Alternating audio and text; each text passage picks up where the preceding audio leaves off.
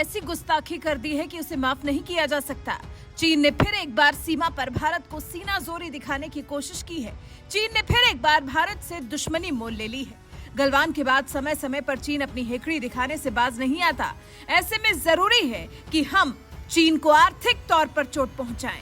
हम चीन पर ऐसा वार करें जिससे उसको चोट पहुंचे। लेकिन चीन के कारोबार को लेकर सदन में जो आंकड़े पेश किए गए हैं वो बताते हैं कि चीन सीमा पर हमें चोट दे रहा है और हम चीन से कारोबार बढ़ा रहे हैं।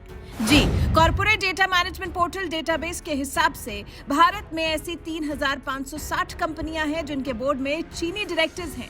वहीं देश में 174 ऐसी कंपनियां हैं जो काम करने के लिहाज से मंत्रालय में विदेशी कंपनियों के रूप में रजिस्टर्ड हैं। कॉर्पोरेट मामलों के राज्य मंत्री राव इंद्रजीत सिंह ने सोमवार को संसद में लिखित जवाब दिया है। इंद्रजीत सिंह ने यह भी बताया कि चीनी निवेशकों और शेयरधारकों वाली कंपनियों की संख्या बता पाना संभव नहीं है, क्योंकि इस तरह के आंकड़े अलग से नहीं रखे जाते। इससे पहले 11 दिसंबर को भी वाणिज्य और उद्योग मंत्री पीयूष गोयल ने राज्यसभा में इस बात को लेकर चिंता जाहिर की थी कि भारत किस कदर कई चीजों के लिए चीन पर निर्भर है। भारत चीन के बीच में ट्रेड में इजाफा। भारत की मार्केट को देखते हुए सीमा पर तनाव के बाद भी चीन के साथ बायलैटरल ट्रेड में 43.3% इजाफा हुआ है। इस ट्रेड में चीन का पलड़ा भारी है। चीन का एक्सपोर्ट भारत की तुलना में कई गुना ज्यादा है। वित्त वर्ष 2020-21 में चीन ने भारत को 65.21 अरब डॉलर के मूल्य का सामान निर्यात किया था। साल 2021-22 में ये बढ़कर 94.57 अरब डॉलर तक हो गया।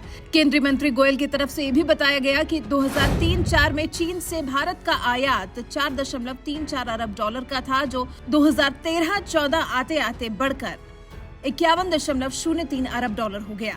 अब जब नरेंद्र मोदी सरकार के राज में मेक इन इंडिया जैसी योजनाएं भी चल रही हैं, उसके बाद भी अगर चीन जैसे दुश्मन देश पर हमारी निर्भरता इतनी बढ़ी है तो मतलब हमें इस दिशा में ध्यान देने की जरूरत है। ये वाकई एक बेहद गंभीर मुद्दा है जिस पर ध्यान दिया जाना जरूरी है। गलवान के बाद तो जबकि हमारी सरकार ने चीन के लिए कई रास्ते बंद किए थे, कई जगह चीन पर प्रतिबंध लगाए गए थे, लेकिन अब सवाल ये कि तवांग के बाद चीन के साथ क्या किया जाएगा। चीन की चालबाजियों का, चीन की धोखाधड़ी का उसे किस तरह से जवाब दिया जाएगा। उससे पहले जान लेते हैं कि चीन पर गलवान के बाद भारत ने क्या क्या प्रतिबंध लगाए थे।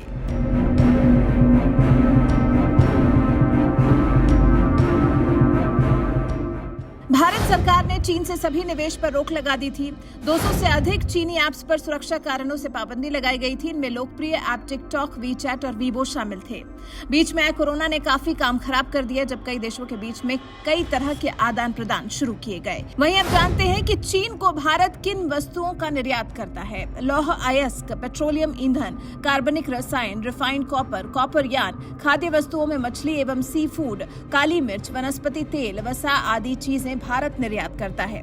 फिर किन वस्तुओं का चीन से आयात करता है Bharat? Automatic data processing machine और यूनिट, टेलीफोन इक्विपमेंट और video phone, electronic circuit, transistors और सेमीकंडक्टर डिवाइस, एंटीबायोटिक्स, उर्वरक, साउंड रिकॉर्डिंग डिवाइस और TV camera, auto component, auto accessories और प्रोजेक्ट गुड्स, ये सारी चीजें चीन से भारत आयात करता है। ये प्रोडक्ट्स वो प्रोडक्ट्स हैं जो चीन हमें देता है। इसके लिए निश्चित तौर पर चीन के रंग ढंग देखने के बाद हमें चीन पर अपनी निर्भरता कम करनी होगी। चीन बार बार गुस्ताखी कर रहा है और हम चीन को बार बार मौका दे रहे हैं। ये वाकई हैरान करने वाले आंकड़े हैं। आपको बता दें, चीन की गुस्ताखी फिर बढ़ गई है। अरुणाचल प्रदेश में LAC पर एक बार फिर से 8 और 9 दिसंबर की दरमियानी रात को तवांग सेक्टर में चीनी सैनिकों और भारतीय सैनिकों के बीच में हिंसक झड़प हुई है, क्योंकि चीनी सैनिक हमारी सीमा में प्रवेश करने की कोशिश कर रहे थे। अब सोचिए, जिस चीन की चाल ऐसी हो, क्या हमें उसे आर्थिक मोर्चे पर चोट नहीं पहुंचानी चाहिए?